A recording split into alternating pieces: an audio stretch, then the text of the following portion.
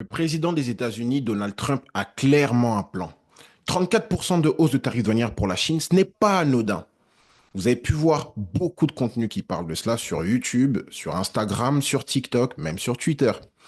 Cette vidéo que vous allez voir est complètement différente de tout ce que vous avez vu, parce que là, on va voir le véritable plan de Donald Trump concernant ces tarifs douanières et pourquoi exactement il fait ça. On va voir aussi l'impact de ces tarifs douanières sur notre portefeuille en actions, donc notre portefeuille d'investissement, notre portefeuille crypto, et même pour ceux qui tradent au quotidien. Quel est l'impact de ces tarifs douaniers dans votre trading au quotidien? Vous savez, il est très important de comprendre où est-ce qu'il va. Il est très important de comprendre son plan pour pouvoir en profiter et pas le subir. L'idée, c'est de dominer sur le marché et pas de subir le marché. Donc, sans plus tarder, on se retrouve directement sur mon graphique. Libération Day.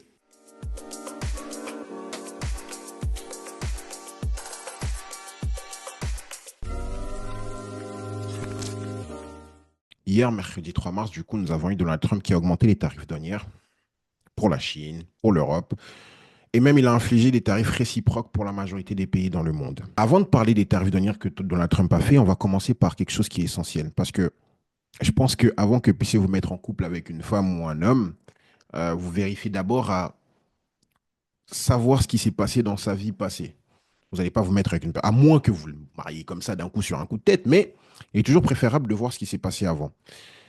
Et ça va être très important pour nous pour comprendre ce qui se passe aujourd'hui, parce que tout commence par Covid-19, la crise de Covid-19, où on a eu bah, vous le savez, hein, l'effondrement des marchés financiers, on a eu la croissance qui s'est effondrée.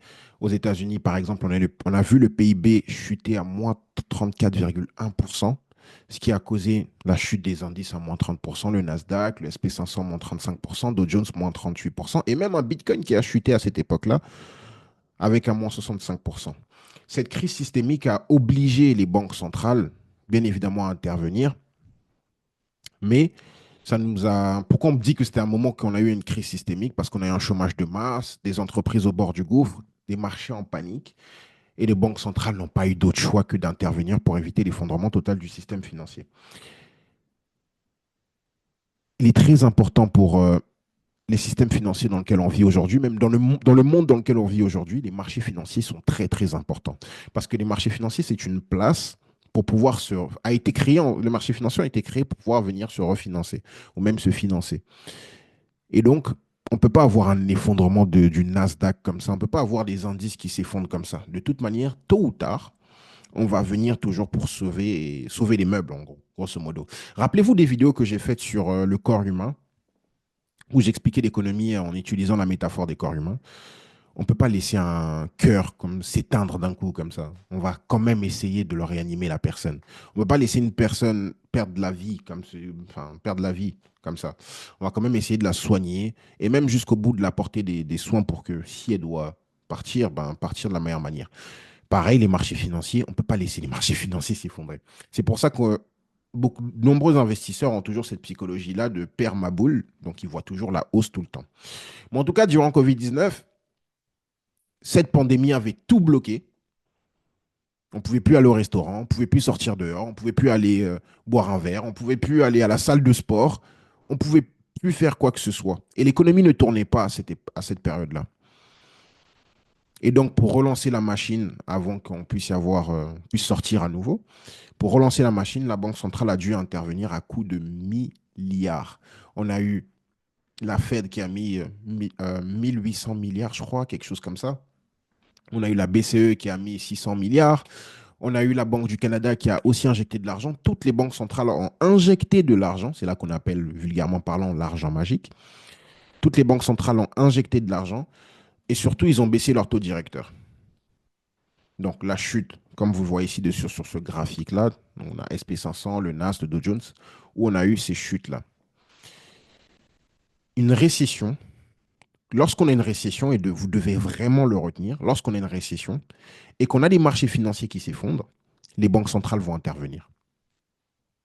Je répète, lorsqu'on a une récession et que les marchés financiers s'effondrent, tôt ou tard, si ça continue à s'effondrer, par exemple Covid-19, ça continue à s'effondrer, tous les jours c'est un bain de sang constant, constant, constant, qu'est-ce qui se passe? Les banques centrales finiront par intervenir.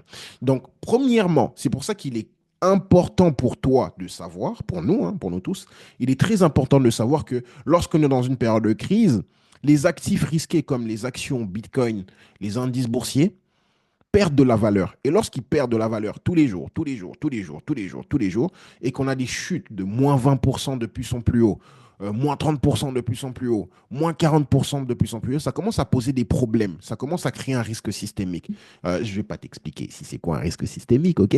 Je t'invite à aller quand même faire des recherches sur ça, mais écris quelque part dans ta feuille risque systémique. Pour ceux qui m'écoutent actuellement et qui vous avez pu être dans High Desert ou même que vous êtes actuellement dans High Desert normalement, vous savez c'est quoi un risque systémique.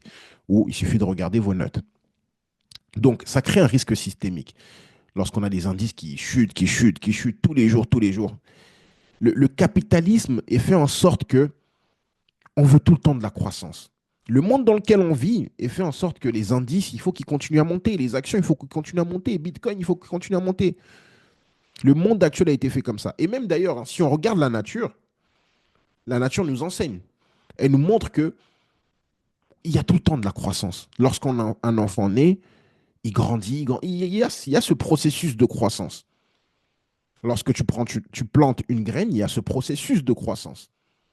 Sur les marchés financiers, pareil, il y a ce processus de croissance. On veut la croissance.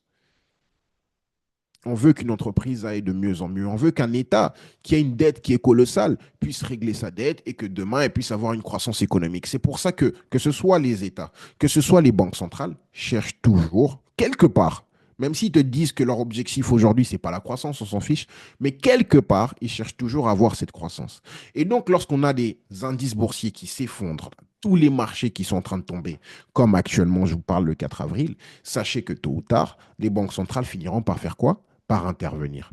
Comme elles ont pu intervenir durant Covid-19 en baissant les taux d'intérêt, en mettant de l'argent magique, comme elles ont pu intervenir durant, lorsqu'on avait une panique, vous savez, au mois d'août 2024 avec le Japon.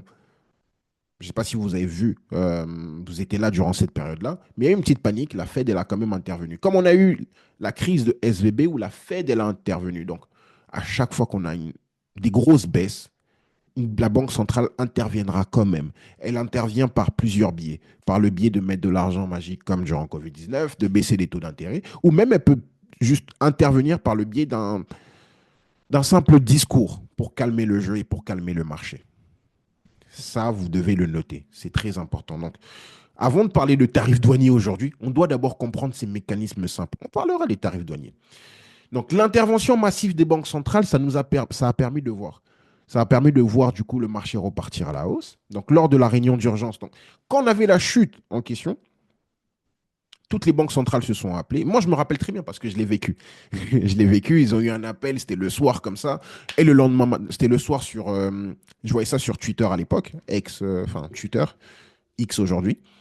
Il y avait des news qui sont écrits hein, sur tous les comptes que je suis qui nous partagent des news. Et du coup, sur ces comptes-là, ils nous disaient que bah, les banques centrales vont se réunir, ils vont s'appeler ce soir, etc. Et le lendemain matin, ça a commencé par Jérôme Powell qui a baissé ses taux. Ensuite, tu as eu l'après-midi. Non, le lendemain après-midi ou soir, c'était Jérôme Powell qui a baissé les taux d'intérêt. Après, le surlendemain, Christine Lagarde et tout le monde a suivi. Donc, ils ont fait une réunion d'urgence durant Covid-19. Les gouverneurs des principaux banques centrales, ils ont décidé d'appliquer, eux tous, une politique monétaire ultra accommodante. Tout le monde a fait ça. Baisse de taux d'intérêt proche de zéro, voire même négatif. On te donne de l'argent carrément. T'empruntes avec des taux à zéro et en plus de ça, on te donne de l'argent. Programme d'achat d'actifs à grande échelle, comme je vous l'ai dit, avec la BCE PEPP, programme de pandémie. 1 million, enfin, non, attendez, 1850 milliards. Imagine, tu as ça sur ton compte actuellement. Avec la Fed, des achats en illimité, 80 milliards par mois dès le mois de juin pour acheter des titres.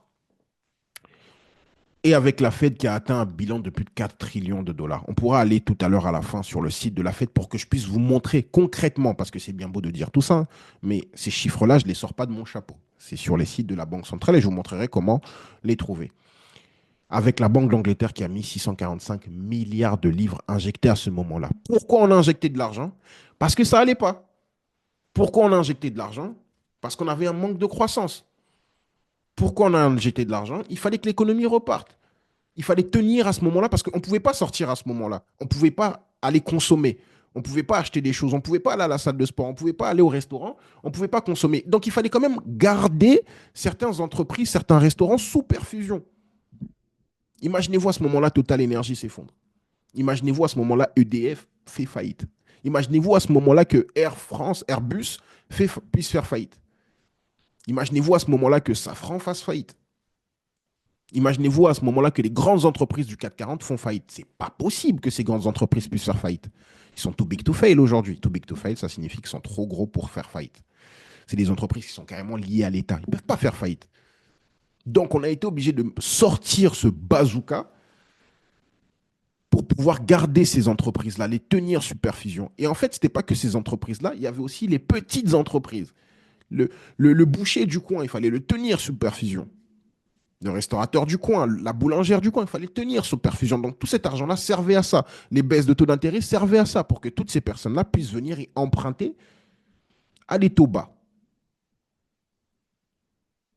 C'était à ce moment-là l'intervention massive des banques centrales. Il est important de comprendre le passé. Vous allez comprendre maintenant qu'est-ce qui se passe aujourd'hui avec Donald Trump. Donc les bienfaits de cette politique monétaire à court terme, stabilité des marchés, retour de la confiance, le Nasdaq atteint les nouveaux sommets dès fin 2020. C'est même pas qu'on a commencé à mettre de l'argent.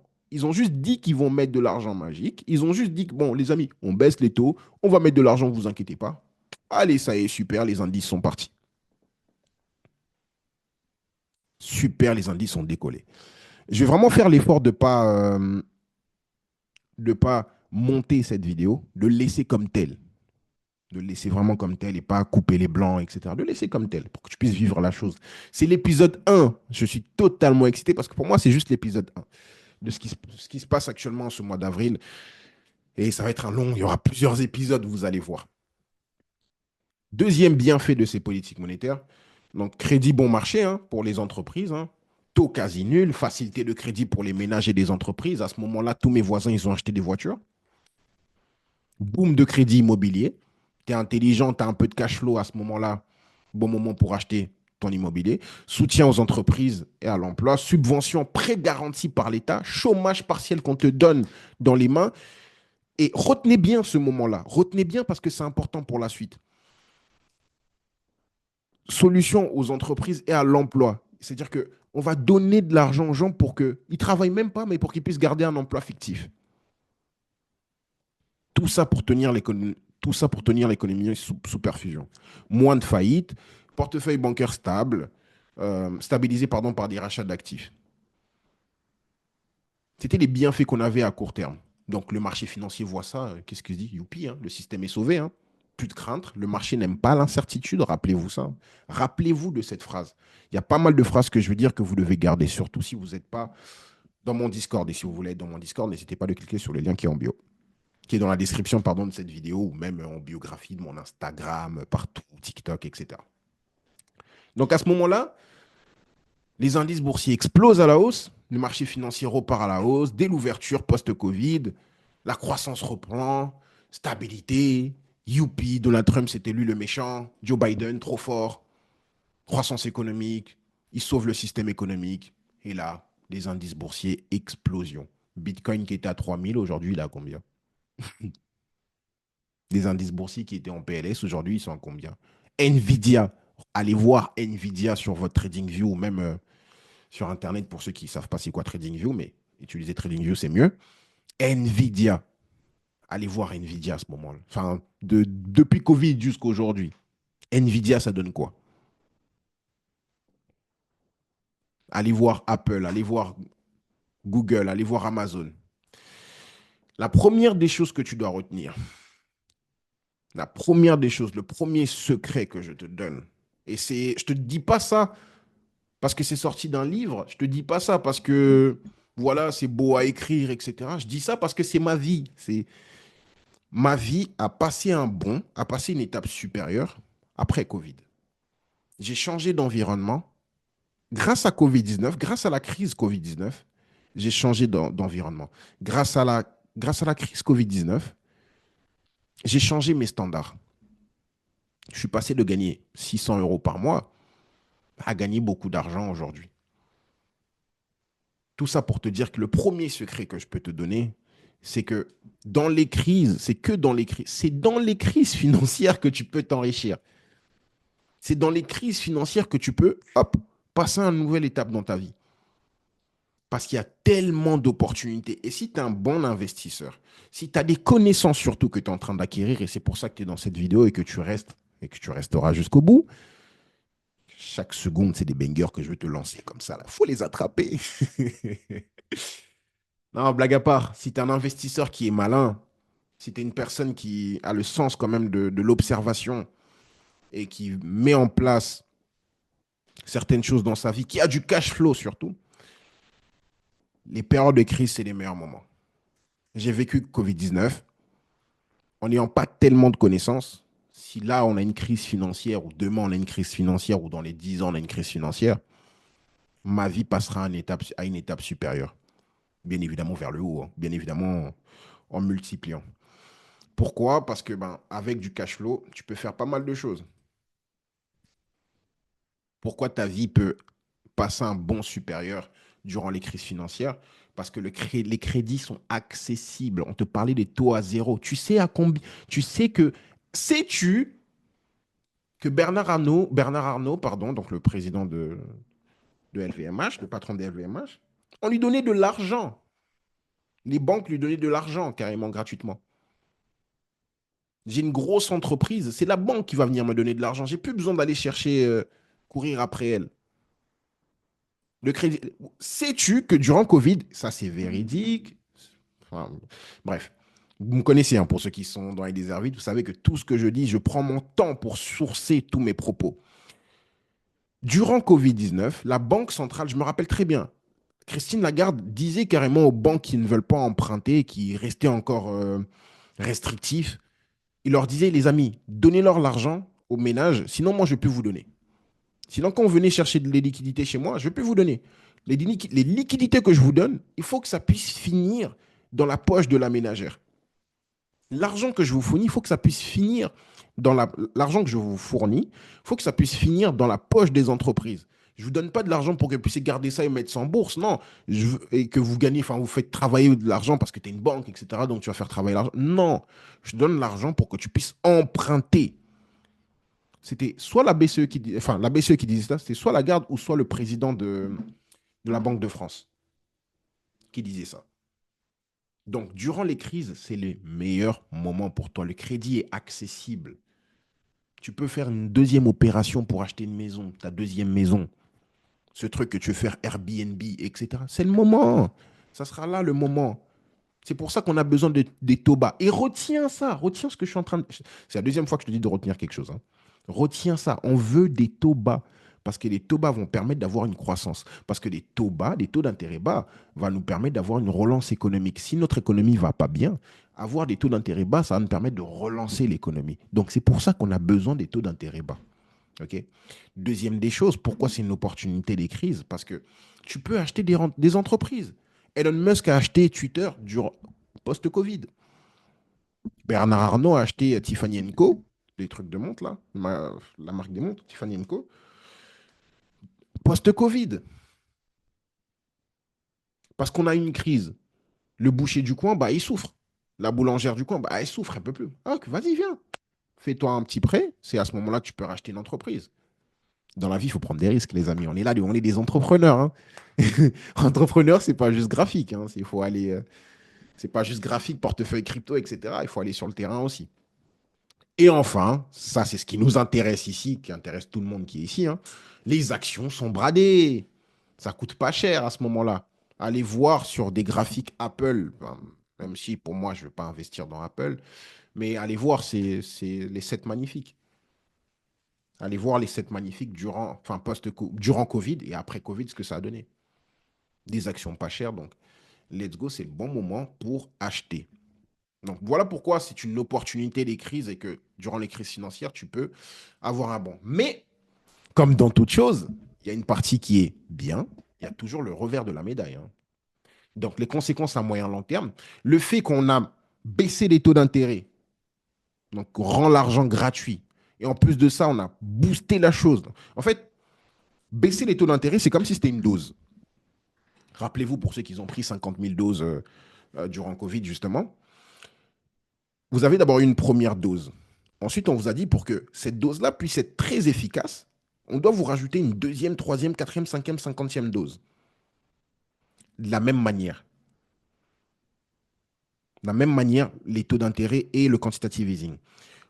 On va d'abord baisser les taux d'intérêt pour que ça puisse faire effet. Hein. Première injection, tac, ça puisse vraiment faire l'effet sur l'économie, combattre la croissance, combattre pardon, la récession, donc le manque de croissance, amener la croissance. C'est comme si amener des vitamines. Je vais t'injecter premièrement un premier produit pour que tu te réveilles un peu. Et ensuite, maintenant, avec le quantitative easing, je vais au quotidien te donner des protéines, au quotidien te donner des vitamines pour que tu puisses garder cette vigueur, pour que tu puisses garder cette force. Mais le fait de faire ça, ça a des conséquences. Premièrement, tu es en train de me gaver, me gaver, me gaver avec de l'argent. Tu me crées de l'inflation. Ça, vous le savez déjà, donc on va essayer d'accélérer un peu. Inflation de masse. L'inflation est passée jusqu'à 10%, par exemple, pour l'Angleterre, 10,7. 8, non, 10,7, oui. 9,1% aux États-Unis. Bref, on a eu de l'inflation qui a explosé. Choc d'offres plus injection massive. Bulle spéculative. Déconnexion totale des indices boursiers. Bitcoin, allez, let's go. Immobilier, on pète un câble. Le mètre carré, incroyable. NFP, j'ai perdu beaucoup d'argent. NFT, pardon, j'ai perdu beaucoup d'argent sur ça.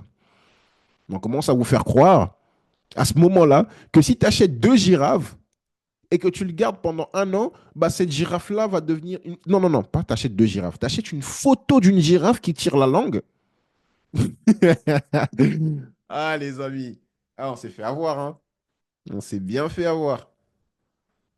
C'est bien, bien fait avoir. Tu achètes des photos de girafes qui tirent la langue. Cette girafe-là, dans 5 ans, tu vas voir, elle va prendre de la valeur. Elle va énormément prendre de la valeur, cette girafe, et tu pourras la revendre plus cher. Rien du tout. Perdu tout mon argent. Donc, bulle spéculative, hausse brutale des taux, bah parce qu'on a une inflation. Rappelez-vous, lorsqu'on a une inflation, la Banque centrale, par la suite, doit combattre cette nouvelle maladie. Rappelez-vous des vidéos que j'ai fait pour vous expliquer l'inflation, pour vous expliquer la récession, etc.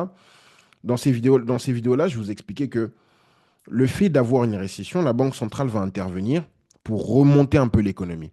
Et donc, quand l'économie remonte, monte, à un moment donné, c'est comme ton cœur, tu vois, on relance ton cœur. Mais imaginez-vous, tous les jours, on vient, on te donne des médicaments pour faire accélérer ton cœur.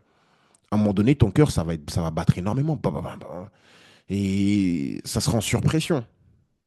Et donc, pour ça, il faut qu'on te donne un autre médicament maintenant pour calmer les battements de ton cœur. Le fait de mettre de l'argent magique, le fait de augmenter les taux, le fait de mettre de l'argent magique, de baisser les taux d'intérêt, ça augmente l'inflation. Maintenant, c'est l'inflation, donc les prix sont trop chers, la baguette coûte 5 euros, etc. La bouteille d'eau coûte 15 euros. Ça y est, il faut calmer ça un peu. Donc la Banque centrale va faire quoi? Va donner un autre médicament, qui est d'augmenter les taux d'intérêt. Mais augmenter les taux d'intérêt n'est pas bon pour la croissance. Mais bref.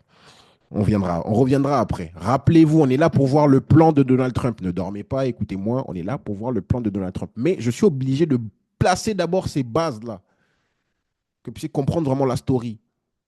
Vous avez, vous regardez vos séries, vous le regardez jusqu'au bout. Écoutez, restez assis, prenez un café. C'est incroyable ce que ce monsieur veut faire. C'est vraiment incroyable. S'il réussit, c'est incroyable. Donc, hausse de taux d'intérêt, la Fed passe de 0 à plus 5% de taux d'intérêt, stress sur la dette, faillite directement de SVB, explosion de la dette publique. Donc, on a un État qui est surendetté, les services de la dette deviennent très coûteux, des problèmes de soutenabilité. La dette coûte cher maintenant. La dette coûtait pas cher. Maintenant, la dette coûte cher parce que les taux d'intérêt sont élevés. Donc, quand on, t'as une dette, hein. Alors attendez, je vais juste voir si. J'ai dit, je ne vais pas couper, je vais juste voir si j'en ai parlé. Je ne me rappelle plus de ce que j'ai dit. Non, j'en ai pas parlé. Ok, cool. Donc je vais vous expliquer rapidement ça. imaginez-vous, vous allez emprunter. Vous allez emprunter à Monsieur X. Vous empruntez 10 000 € sur un an. Il vous dit que chaque mois, vous devez lui rendre 10 euros. Et qu'à à la fin de l'année, vous rendez ces 1 000 €. Donc, vous empruntez l'argent. Non, il vous dit que non, vous allez lui donner 1 € chaque mois et qu'à la fin de l'année, vous le rendrez ces 1 000 €. OK? Je vais chez Monsieur X, j'emprunte 1 000 €. Il me dit, d'accord, je te donne les 1 000 €. Mais pendant 12 mois, tu me donnes 1 € à chaque fois. Et à la fin, tu me rends mes 1 000 €. Mais maintenant, Monsieur X, pour des raisons, il augmente ses taux. Donc maintenant, il me dit, bah, écoute, monsieur, moi, notre contrat, c'était ça, mais maintenant, mon contrat a changé un peu, hein. Mon contrat a changé. Et même, si moi-même, je vais lui redemander un nouveau prêt, il me dira, mais monsieur, le contrat a changé. Enfin, je ne peux pas vous donner le même contrat. La situation est différente. Maintenant, si vous voulez encore un nouveau 1 000 €, je vais vous donner les 1 000 €. Mais cette fois-ci, vous devez me donner un intérêt de 10 € par mois. Et donc, moi, mon objectif, ce n'est pas de lui payer, enfin, de lui rendre les 1 000 €.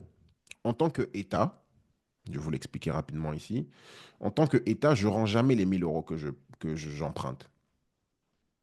Je rends toujours le pourcentage, le taux. Donc, je rends toujours 1 €. Je en rends 1 €, 1 €, 1 €. Arrivé au 12e mois, au lieu de lui rendre tout son argent, je vais dire, écoute, prête-moi, enfin, je vais demander à monsieur Y de me prêter 1 000 €. Monsieur Y va me prêter 1 000 €. Et ensuite, ça va me permettre de rendre 1 000 € à monsieur X. Et en fait, je vis toujours sous dette comme ça. Enfin, c'est l'économie dans laquelle on vit, hein. Vous devez, enfin, je sais que vous le savez déjà que je dois avancer, mais pour ceux qui ne savent pas, c'est dans l'économie.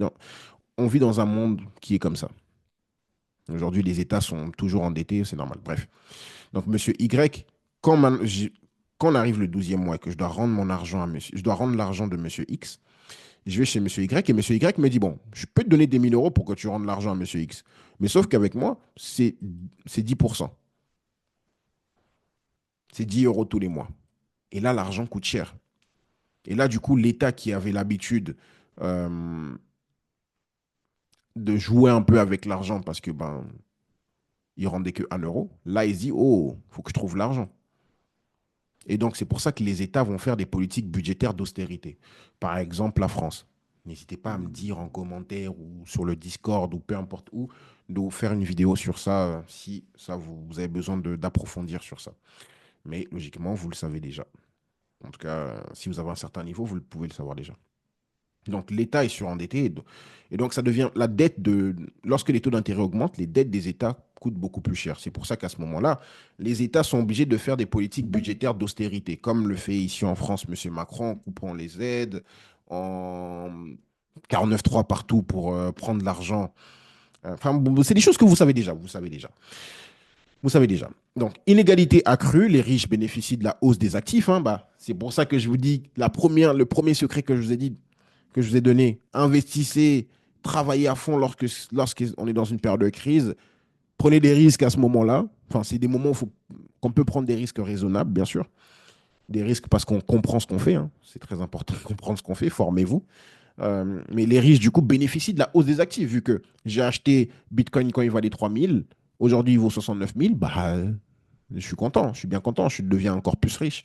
Les classes moyennes subissent l'inflation, par contre, sans effet de richesse, par contre. Perte de crédibilité des banques centrales, retard à agir, souvent la behind on the curve. Vous allez entendre ce mot-là, enfin, vous l'avez déjà entendu et vous l'entendrez peut-être dans les 20 ans à venir, dans les 10 ans à venir. Accusation de sauver les riches, etc. Donc ça, c'est des conséquences d'une hausse les conséquences à moyen long terme de ce qu'on a fait durant Covid-19. Baisse de taux d'intérêt à zéro, voire dans le négatif pour certains. Injection de liquidité, injection d'argent magique. Bénéfices, ouais, tout va monter, etc. Oui, on va devenir riche. Oui, il y a de l'investissement. Oui, ok, croissance. Mais conséquence, inflation massive sur le moyen long terme. Je suis en train de te donner les trades. Je suis en train de te donner les sorties de position, peut-être dans les 5 ans à venir, peut-être dans les 10 ans à venir, si tu sais très bien utiliser tout ce que je te raconte là. Mais bref, c'est tout ce qu'on appelle le cycle économique, c'est tout le temps comme ça. OK. Ensuite, on continue. Maintenant, donc, on était en termes de chronologie, donc 2020, crise, argent magique, trop bien, expansion économique après l'argent magique, inflation, inflation qui arrive, banque centrale qui augmente les taux d'intérêt, enfin, l'État est surendetté, la dette qui devient trop coûteuse, on a eu deux, trois crises, mais néanmoins, le PIB est élevé, la croissance est là, l'inflation aussi est là, l'inflation aussi est là. On est dans cette situation-là lorsque maintenant, et c'est le moment qui nous intéresse tous, lorsqu'il arrive, début de Donald Trump et le retour à la Maison Blanche. Donc, il a hérité d'une économie avec une croissance sur le papier, avec un faible chômage, une inflation encore présente, mais avec un déficit budgétaire énorme. Attention, quelque chose que vous devez savoir, les déficits budgétaires sont gérés par l'État. Les politiques budgétaires sont gérées par l'État. Les politiques monétaires sont gérées par la Banque centrale. La décision de baisser ou d'augmenter les taux est du ressort de la Banque centrale. La décision de trouver de l'argent pour baisser la dette, etc., pour avoir des caisses de l'État avec de l'argent, ça c'est la décision de l'État. Ça c'est les décisions que l'État va prendre, pas la Banque centrale. Même si les deux travaillent en symbiose, même si les deux entités, même si les politiques monétaires et les politiques budgétaires, quelque part, ça doit se rejoindre, mais les décisions, la politique monétaire de baisser les taux d'intérêt, etc., ça, tout ce qui est lié à la monnaie, tout ce qui est lié aussi, c'est la Banque centrale. C'est la Banque centrale. Ça, c'est très important de le comprendre. Vous allez comprendre d'ailleurs pour la suite.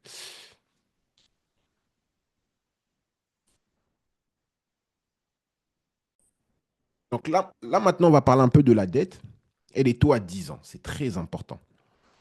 Depuis tout à l'heure, je vous dis, il y a certaines choses qui sont importantes. Je vous ai parlé de la dette, je vous ai parlé des taux d'intérêt, la hausse et la baisse des taux d'intérêt. Donc, quand un État s'endette, il émet des obligations, ok, notamment des bons de trésor américains, enfin pour les États-Unis, les bons de trésor pardon, américains. Le taux à 10 ans est la référence mondiale. Moi, si j'ai envie d'acheter les États-Unis, moi, je suis la Chine. Je veux que les États-Unis puissent m'appartenir. Je veux acheter un bout des États-Unis, je vais acheter les rendements, enfin les bons de trésor à 10 ans. C'est pour ça qu'on dit que l'économie. En fait, on dit souvent que l'économie américaine est la plus stable, la plus solide, la plus. Bah, si j'ai envie de m'exposer, moi, en tant qu'État, j'ai envie de m'exposer aux États-Unis, je vais aller par ce biais-là. On va acheter la dette américaine. Donc, plus il y a plus il y a de la dette, plus il faut séduire les investisseurs, offre massive de trésorerie, plus rendement plus élevé que requis. Donc, les hausses de taux directeurs égale aux hausses du 10 ans américain.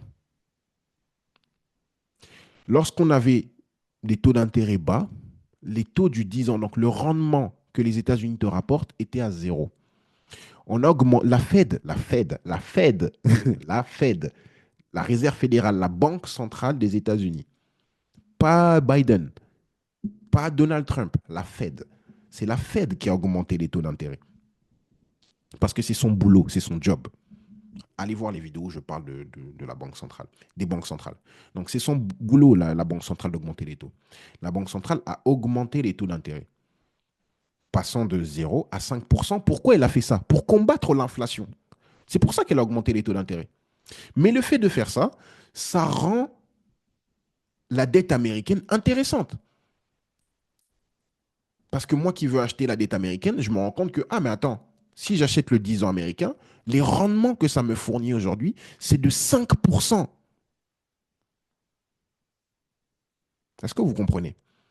Et donc, il y a quand même une conséquence. Donc, les services de la dette deviennent explosifs, le déficit s'aggrave pour l'État américain.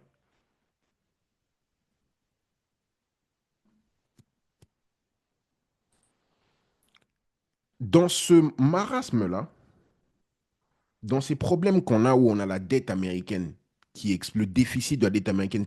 Alors, ouais, quelqu'un m'a pas compris là. Quelqu'un n'a pas compris. Attends, attends, attends, pause. Pourquoi le déficit s'aggrave? Bon, en fait, moi, je suis la Chine. Je viens. Les États-Unis ont besoin de l'argent. Les États-Unis ont besoin de l'argent. Quand ils ont besoin de l'argent, qu'est-ce qu'ils font? Ils séduisent des investisseurs. Ils vont créer, c'est eux, les États-Unis, ils émettent des obligations. Quand ils ont besoin d'argent, ils vont émettre des obligations. Donc la dette américaine. Et du coup, ils vont me séduire, moi. Ouais, tu peux acheter mes obligations et tout. OK. Moi, quand je vais acheter leur obligation, imaginez-vous, je vais acheter pour 10 milliards. Je suis la Chine, je suis le Japon, etc. Je vais acheter pour 10 milliards. Je vais acheter. Donc, je vais leur donner 10 milliards. Et les États-Unis me disent que ils vont me donner un rendement de 5% annuel. Donc, dans mes 10 milliards, moi, je sais que j'aurai 5% de mes 10 milliards tous les ans. Donc, le déficit des États-Unis, c'est les 5% là que j'ai. Les États-Unis sont obligés de me donner tous les ans ces 5% là. Et donc, la hausse de taux directeur pose un problème pour ceux-ci. Là, tu me comprends. Non, arrête, tu me comprends là. Ça pose un problème. Parce que, OK, les gens vont venir me donner de l'argent. Je vais prendre cet argent-là, je vais l'utiliser dans les écoles. euh, je vais peut-être faire des nouvelles routes. Je vais faire des nouvelles entreprises. Je vais prendre cet argent-là, je vais l'utiliser pour mon armée. Je vais prendre cet argent-là. Enfin, il y a différentes pôles. Vous connaissez les politiciens, ils vont vous dire qu'ils vont utiliser l'argent pour ceci, pour cela, pour au final détourner cet argent. Hein. Bon, bref, je ferme la Non, mais je ne suis pas un politicien. Je ferme la parenthèse. OK? Je ferme cette parenthèse. Mais moi, je suis la Chine, j'achète ta dette, je te donne de l'argent, en gros, je te donne mes 10 milliards, tu vas prendre mes 10 milliards et tu vas financer des choses dans le pays pour que le pays puisse avoir de la croissance. Et tu comptes sur cette croissance-là pour pouvoir rendre à la Chine ses 5% et à la fin lui rendre son argent quand même. Mais maintenant, si mes taux sont élevés, surtout les 10 ans, les rendements à 10 ans, parce que c'est ce que souvent les gens achètent, d'autres pays achètent, si ce 10 ans-là est hyper élevé, et reste élevé depuis, imaginez-vous, de 2023 jusqu'en 2023 jusqu'en 2030. Il reste autour de 4%. Mais mon déficit, il est énorme. Parce que je dois rendre cet argent que j'ai emprunté. Je dois rendre ces rendements que j'ai empruntés. Je ne me rappelle plus du nom qu'on appelle ça en immobilier. Vous savez, quand vous faites un prêt IMO, etc., etc., vous devez rendre à la banque, hein, 1000 euros par mois, etc. Mais si maintenant les taux sont élevés, je dois lui rendre plus d'argent que l'année dernière. À tous les gens que j'emprunte pour cette année, parce que j'ai emprunté de l'argent cette année à certaines personnes, je dois rendre encore. En fait, dans mon budget, la partie dette, elle a encore plus grossi. Parce que j'ai proposé des plus gros rendements aux investisseurs. Est-ce que vous comprenez? Mais oui, vous comprenez.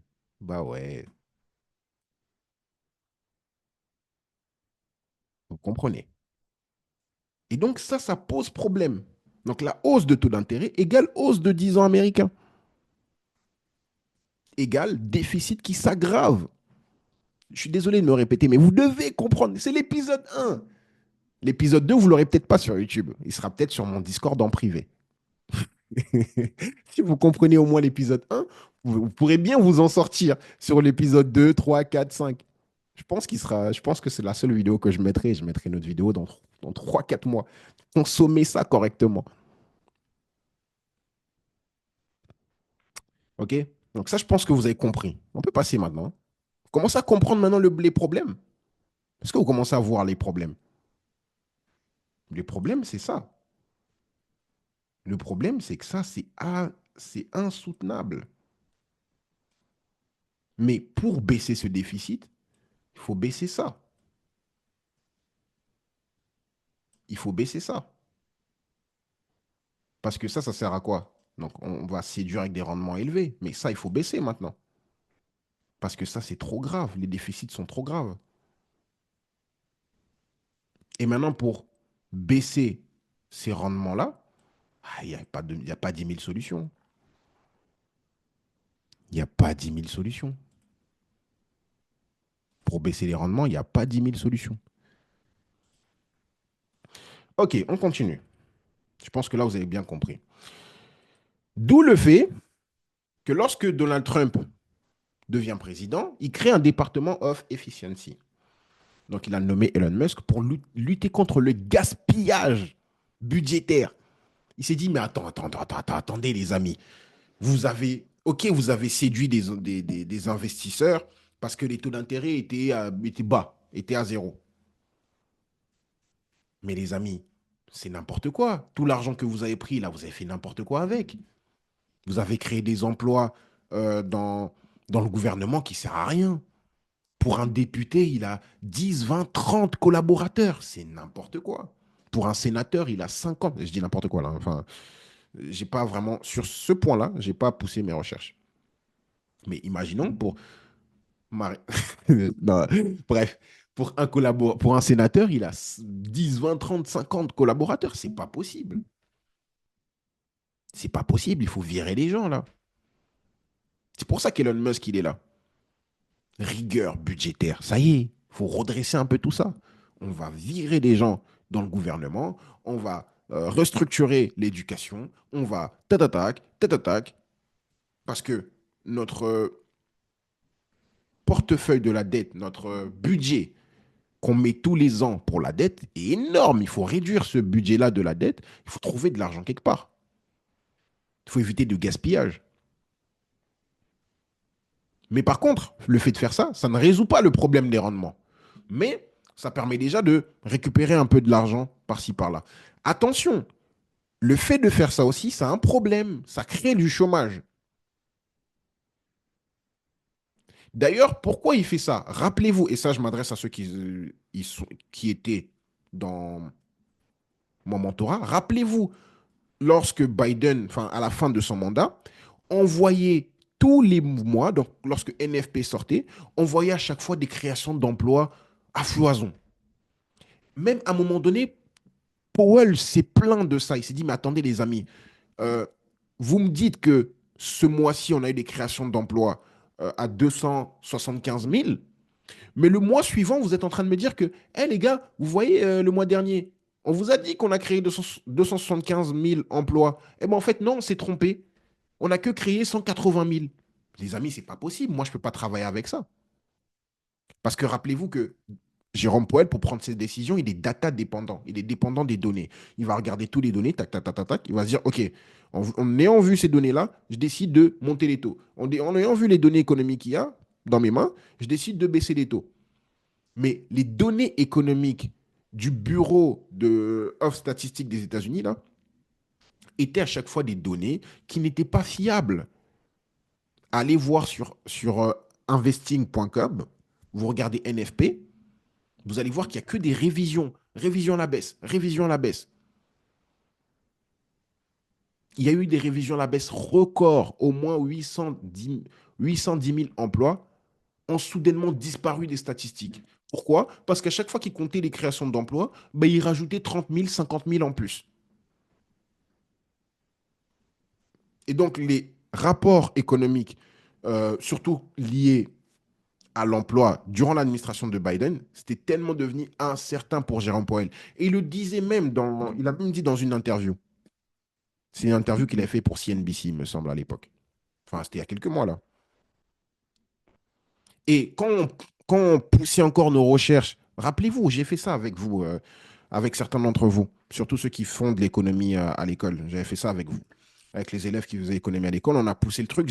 Allez même dans le Discord, dans la partie actualité, vous remontez, vous allez retrouver ce PDF, tout un détail, où je détaillais que les emplois qui étaient le plus créés quand il y avait NFP qui sortait, c'était des emplois dans le gouvernement. Donc, des emplois fictifs peut-être. Donc, du détournement d'argent encore, encore et encore. Non, j'arrête avec ça. Mais mes impôts, là, hein, mes impôts, je donne mes impôts et après on les détourne. Oh, faut arrêter. Bref, revenons sur les États-Unis. Et donc, attention, ce que Trump fait, ce que Elon Musk fait, c'est bien, mais attention, ça peut poser un problème. Vous devez garder ça en tête. Ça peut poser, surveiller le chômage. Surveiller le chômage. Donc, seule la Fed peut baisser les taux. Donc, si on revient un peu ici, tac, on revient sur cette slide-là, ok?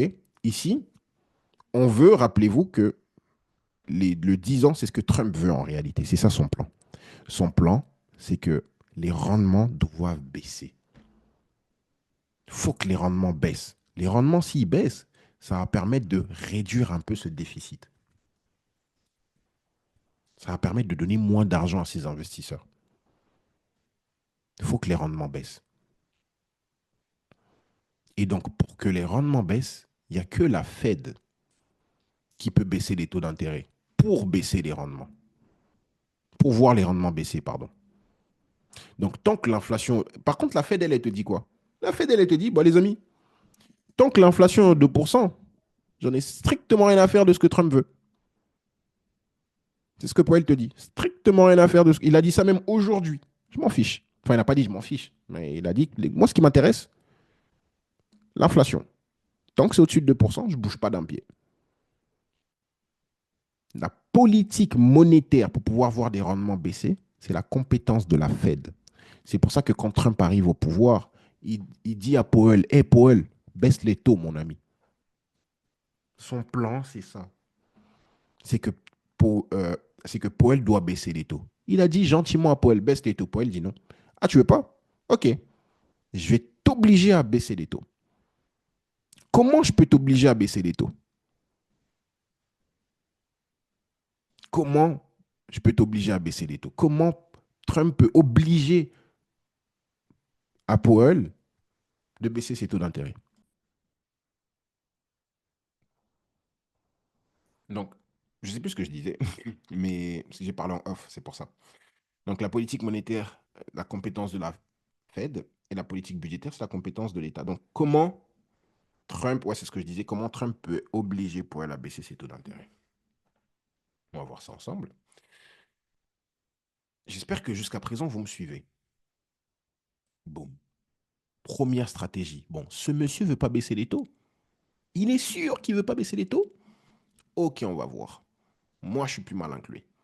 On va d'abord... En plus de ça, j'en ai besoin. Hausse de droite de dos. Et c'est là qu'il a sorti cette belle pancarte. C'est de là qu'il a commencé à nous matraquer depuis des mois là sur ses tarifs. Il en a besoin, mais il en a aussi besoin, pour moi, le plan caché, c'est vraiment pour voir ses rendements baisser. Ce n'est pas un plan caché parce que euh, le président du Trésor public américain, le nouveau, là, B7, il a dit clair et net. Il avait dit, c'est juste que personnellement, j'ai pas pu vous le dire ou j'ai pas pu être très concentré à ce moment-là. C'était passé. Il a dit au mois de février, fin janvier, début février. Il avait dit tout ce que je suis en train de vous dire là. Il avait dit. Il avait dit noir sur blanc. Mais moi, je n'étais pas concentré à ce moment-là parce que je venais de perdre un être cher. Donc, je ne pouvais pas bien suivre. Mais il avait dit. C'est pour ça que ceux qui sont mes élèves actuellement, je vous en veux un peu de ne pas savoir. De ne pas comprendre ou de ne pas savoir tout ça. Parce qu'il avait dit clair et net. Donc, tarif douanier. Qu'est-ce qu'un tarif douanier pour ceux qui ne savent pas? Donc, c'est une taxe sur les produits importés collectés à la frontière. Donc, l'objectif, premièrement, c'est de protéger l'industrie nationale. Donc, c'est ce que Trump veut. Ça va l'aider pour ça. On l'a voté pour ça. Générer des recettes, pardon. Corriger un déséquilibre commercial parce qu'aussi, ça lui convient. Enfin, en fait, le fait de faire ça, ça répond euh, à beaucoup d'axes de sa politique.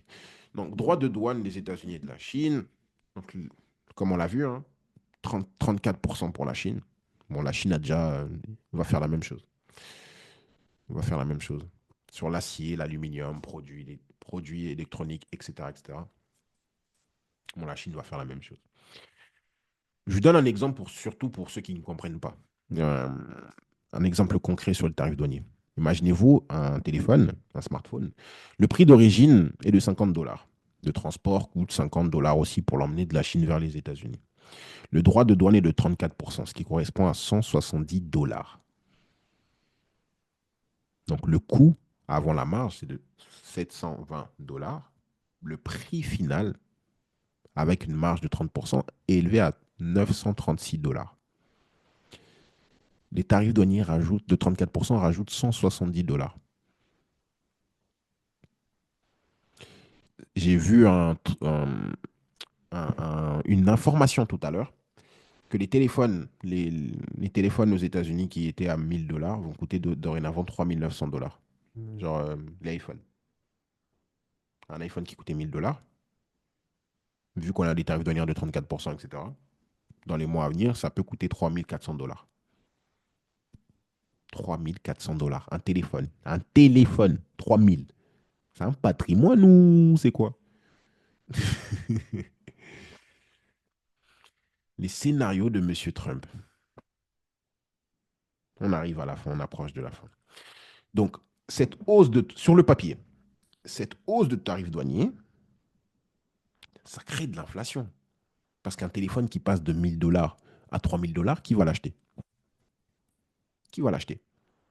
Un ordinateur qui passe de 2000 dollars à 5000 dollars, c'est une voiture ou qui va l'acheter?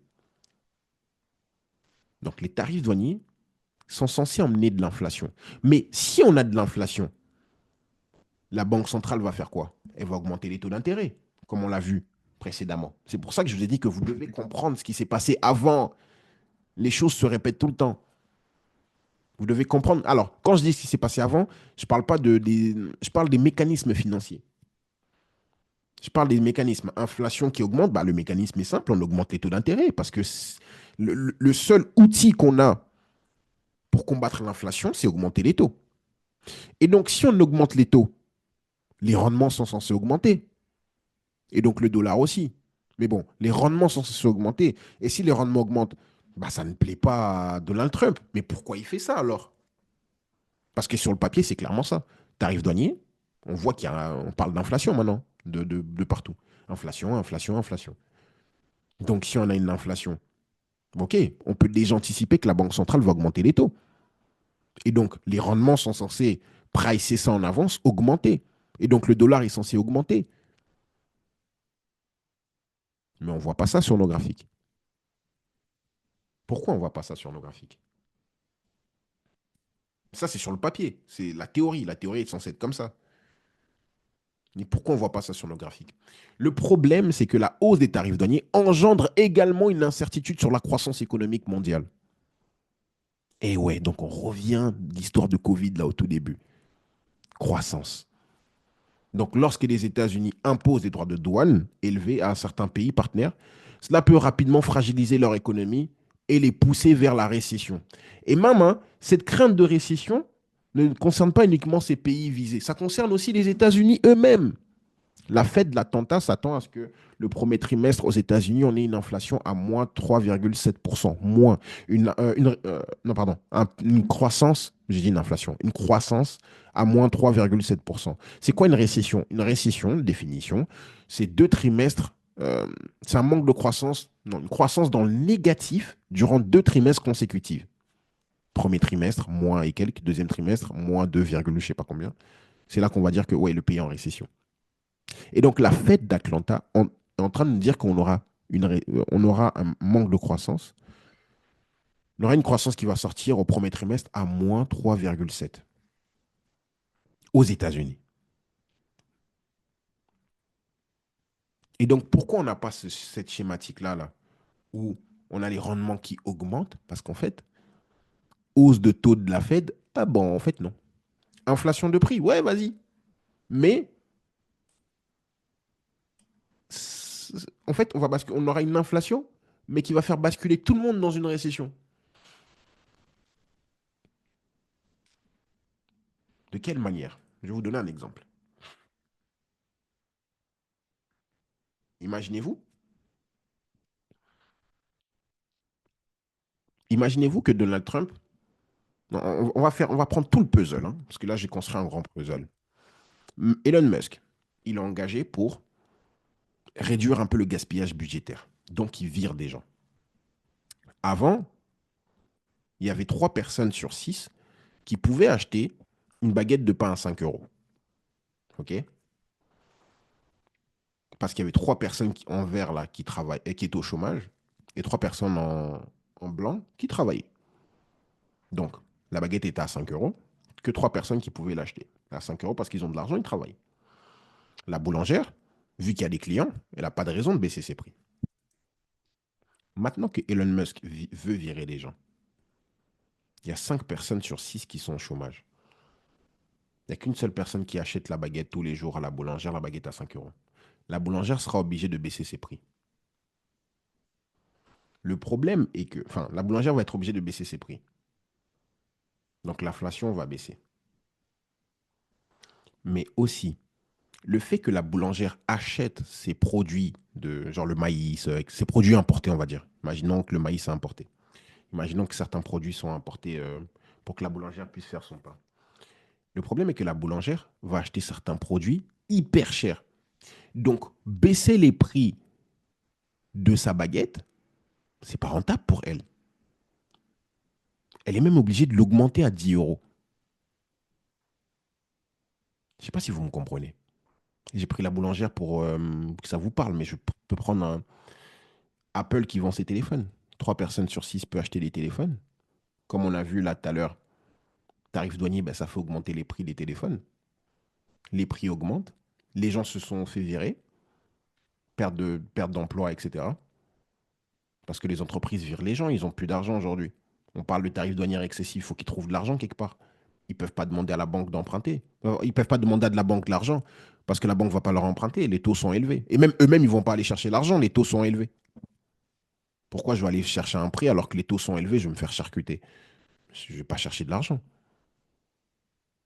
Je préfère virer deux, trois personnes.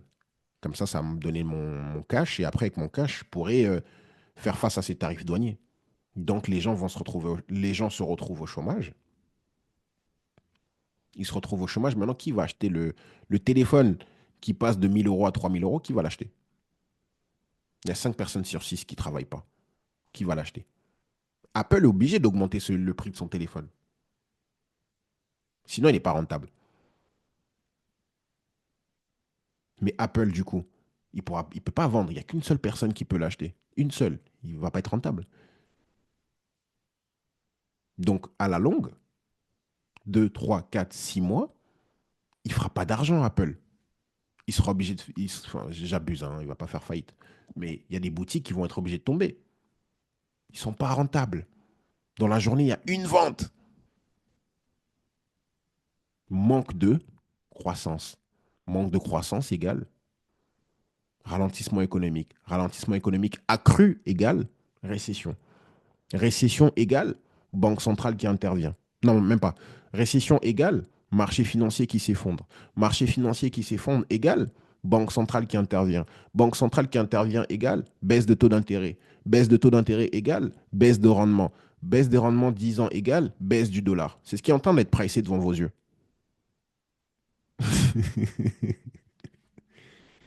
Est-ce que ça va? C'est ce que le marché est en train d'anticiper. Tout ça n'est même pas encore fait. Le marché il est en train de l'anticiper aujourd'hui. Pourquoi Trump, désolé pour la qualité de la photo, pourquoi Donald Trump, pouvez retrouver ça sur mon Instagram. Vous avez en description le lien de l'Instagram. N'hésitez pas à aller liker, donner de la force, etc. etc. D'ailleurs, n'oubliez pas de liker cette vidéo. Je ne vais pas monter cette vidéo encore une fois, comme j'ai dit. Je vais peut-être mettre l'intro, deux, trois trucs, mais je ne vais pas surmonter la vidéo. Je vais la laisser comme ça, comme elle est, avec cette énergie, avec les blancs, avec le moment de fatigue. Parce que je suis fatigué là. Je vais la laisser comme telle la vidéo. N'oubliez pas de donner de la force, s'il vous plaît. Si vous souhaitez avoir des vidéos comme ça quotidiennement sur YouTube, commentez, likez, partagez, abonnez-vous, etc. Faites-moi exploser mes statistiques. Sinon, bah, s'il y a 30 likes, des trucs comme ça, bah, je vais continuer à donner à ceux qui sont avec moi. Bref, et ceux qui veulent apprendre tout ça pour que ça puisse être vraiment dans votre cerveau, n'hésitez pas, encore une fois, lien en description, à m'écrire. Relance. Donc pourquoi il veut faire tout ça? Réduire les dépenses publiques, alléger la fiscalité et la régulation, libérer l'énergie des entreprises, créer un rebond économique. En fait, Donald Trump, il se dit quoi? Il se dit en fait que, il te l'a dit d'ailleurs, il te l'a dit, c'est sorti de sa bouche. Il a dit que, bon, Moi, je vais faire tout ça là. Non, attendez, non, non. Ah non, ok. Moi, je vais faire tout ça, tarif douanier, etc. Je sais que ça va créer une inflation qui va emmener peut-être un chômage de masse, même avec Musk et tout. Peut-être que ça va emmener une récession, mais je suis prêt à vivre une douleur sur le court terme pendant un an pour que quand tout revient, quand tout redescend, quand la Fed baisse ses taux, etc., c'est là que l'économie pourra repartir. Et que la deuxième partie de mon mandat, on n'aura que l'économie en croissance, de Dow Jones qui explose, tout explose. Et je serai le président qui a réussi à baisser le déficit commercial, à baisser le déficit budgétaire, à créer des emplois sains, pas des emplois dans le gouvernement fictif, là où après on détourne l'argent. Hein, hein, hein. Il y a certaines personnes qui vont me détester. Bref, je disais quoi moi? Oui, à créer de l'emploi sain, à faire en sorte que ça ne soit pas l'État qui pousse l'économie, mais que ce soit vraiment les entreprises du secteur privé qui poussent l'économie. C'est ça mon plan final. Mais pour ça, il faut d'abord que puisse subir une petite crisette aujourd'hui, actuellement, durant la première partie de mon mandat. Au moins jusqu'en 2000, début 2020, début, pardon, 2026. Et c'est ce qu'il a fait. En gros, il est juste tout simplement en train de délier son plan, hein. Euh, et tu l'as vu hier, justement. Aujourd'hui, il te dit, 4 avril, hein, c'était tout à l'heure là, je pense que c'est le timing parfait pour que le président de la Fed, Jérôme Powell, que vous voyez à gauche, c'est le timing parfait pour lui de baisser les taux. Parce qu'il est toujours en retard. Mais il peut changer les choses. Il peut changer cette image très rapidement aujourd'hui. Il est en train de dire ça. L'inflation, il baisse. Les prix des œufs ont baissé. Le travail augmente. Allez, mon ami, baisse les taux d'intérêt. Arrête de jouer des jeux politiques, là. Baisse. Pourquoi il le dit de baisser les taux? Parce qu'il sait que baisse de taux d'intérêt égale baisse de rendement égale. Vous avez compris maintenant. Vous avez compris. Vous avez très bien compris maintenant. Et Paul, il a répondu quoi? Non. Tu peux pas me dire ça. Toi, occupe-toi de tes affaires. Toi, tes affaires, c'est la politique budgétaire. Moi, la politique monétaire, c'est mes affaires. C'est pour ça que vous voyez actuellement un rebond sur le DXY. Waouh, ouais, je sais. Alors, tout ça, c'est bien marrant. On va vérifier tous ces propos-là sur des graphiques. J'aimerais juste ceux qui sont avec moi en live, c'est là le moment que vous pouvez. Pour ceux qui sont avec moi, ah, super.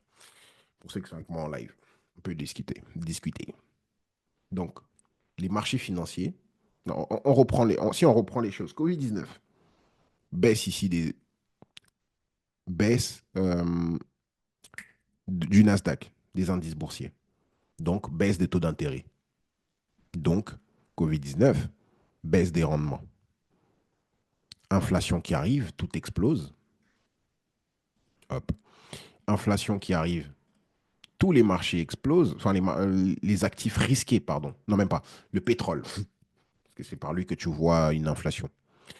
Le pétrole, boum, il explose. D'ailleurs, il a atteint le niveau que j'attendais depuis des années, là. Le pétrole, c'est par lui qu'on voit l'inflation. Le pétrole explose, donc Covid-19, paf, tout s'effondre. Pétrole explose, magnifique. Inflation à son plus haut. Les indices explosent. Non, c'est pas. Bon, bref, Covid. Ici, les indices, pouf, ils explosent à la hausse. Donc, inflation accrue. La Banque centrale, elle est obligée de faire quoi? Augmenter ses taux d'intérêt. Qu'est-ce qu'on observe? Les rendements qui augmentent. Les rendements qui augmentent. Maintenant, depuis que notre ami Donald Trump pardon, est à la présidence, lui, il veut voir quoi? Il veut faire baisser ça. Pourtant, les données économiques de la Fed nous montre qu'il n'y a aucune raison que les rendements baissent. Mais les rendements sont en train de baisser là. Pourquoi? À chaque fois qu'il dira tarif douanier, je taxe lui, je taxe l'autre, et que les autres aussi répondront, ouais, moi aussi je te taxe, tu vois, tu veux me taxer, je te taxe aussi. Ça correspond grave, c'est vraiment le jeu qu'il veut, pour que ceci baisse. Attention maintenant, ça c'est l'épisode 1 les amis, hein. Vous devez maintenant anticiper l'épisode 2.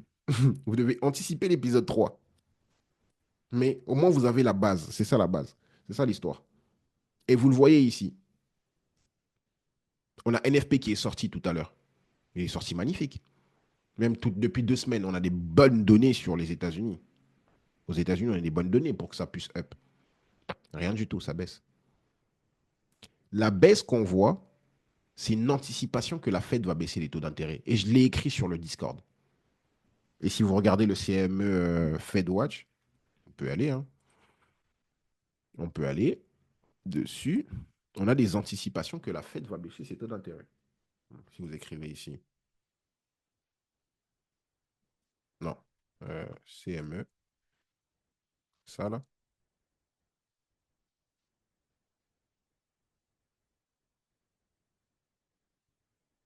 on a les anticipations que la Fed va baisser les taux d'intérêt. Alors qu'avant, il n'y avait aucune chance que la Fed baisse ses taux d'intérêt. Ça commence à augmenter les probabilités de baisse de taux. Alors qu'avant, c'était wow, c'était tout là-haut. Rappelez-vous, attends, il y a une semaine. Probabilité. Ça, c'est sur quoi? Actuellement, c'est là. Enfin, bref, peu importe. On se disait que la Fed va baisser les taux d'intérêt qu'au mois de septembre là-bas. Là, on commence à avoir des probabilités qu'elle va baisser les taux d'intérêt. Et puis, ça va avancer dans cette histoire de tarifs, etc. Plus on aura des probabilités que la Fed baisse les taux d'intérêt. Ici, je parlais de bazooka d'argent magique.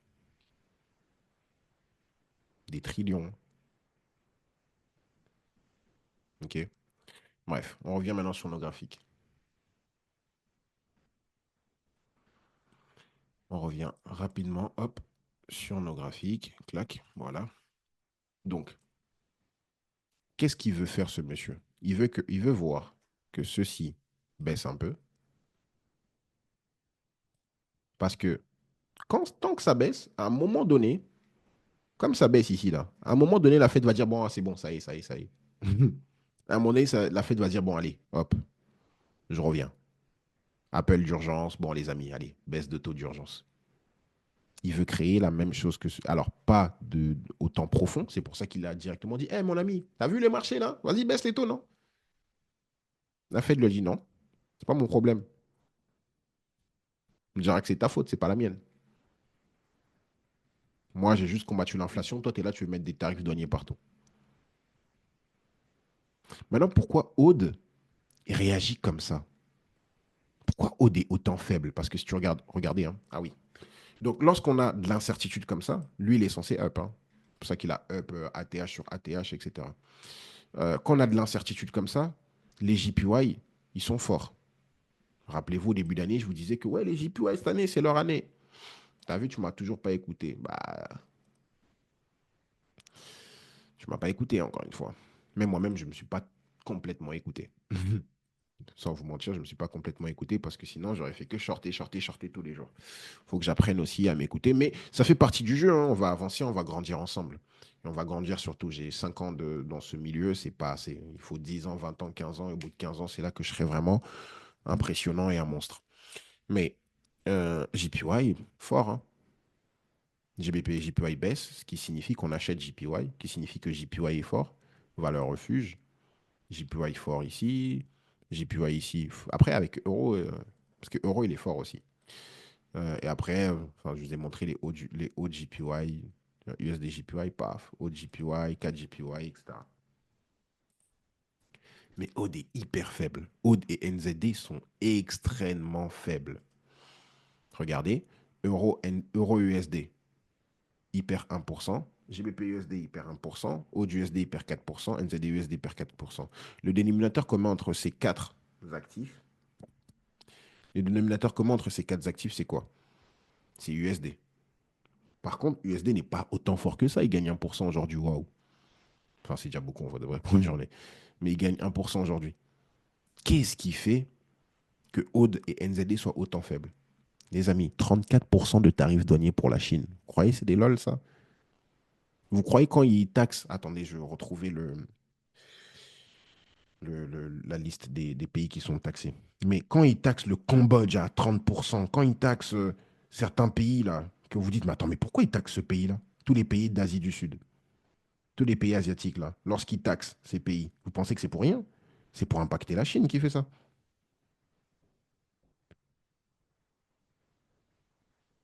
C'est pour impacter la Chine qui fait ça. Attendez, je vais vous retrouver ça, je regarde, je remonte, voilà.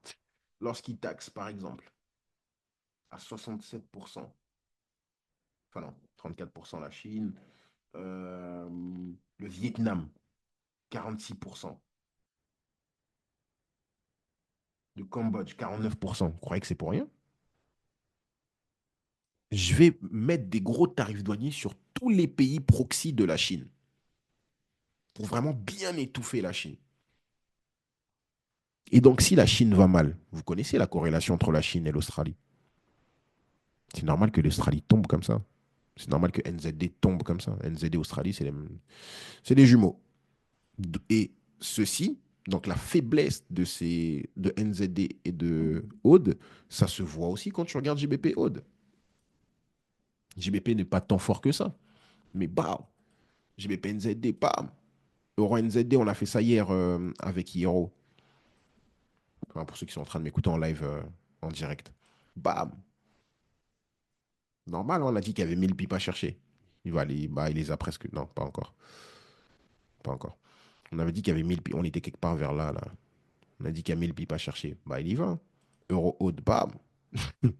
Euro haute, ceux qui avaient la position ici, là. C'est bien, hein. Ou ici, je sais plus. C'était ici. Elle est belle, hein.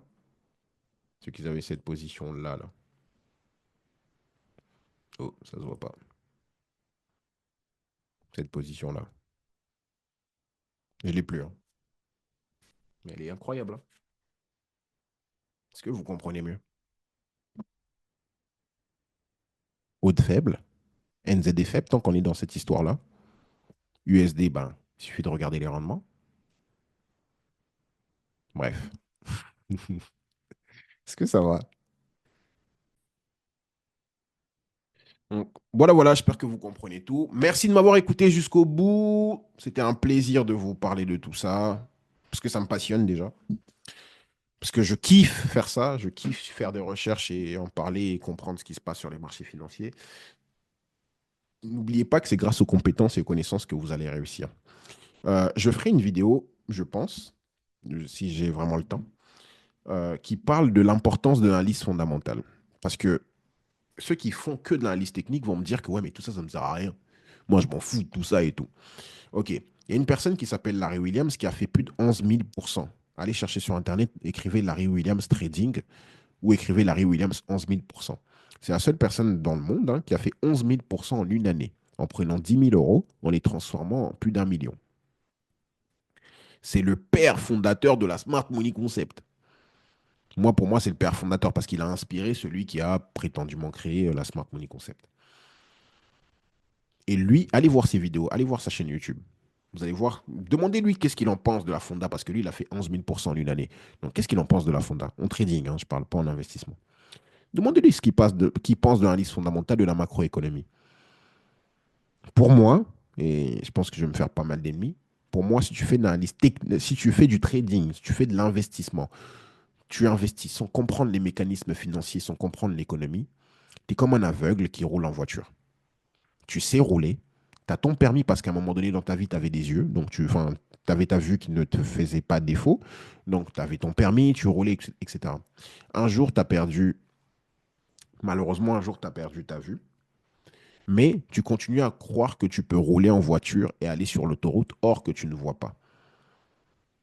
Pour moi, c'est ce que les gens qui font de l'analyse technique à fond, sans fondamental, font. Est-ce que tu dois faire que l'analyse fondamentale? Non, il faut un mélange des deux. Parce que si tu fais que l'analyse technique, tu es aussi un aveugle. Pardon, si tu fais que l'analyse fondamentale, pardon, tu es aussi un aveugle. Toi, tu es une personne qui sait voir, qui voit les choses, mais tu n'as aucune compréhension du code de la route et aucune compréhension de la voiture.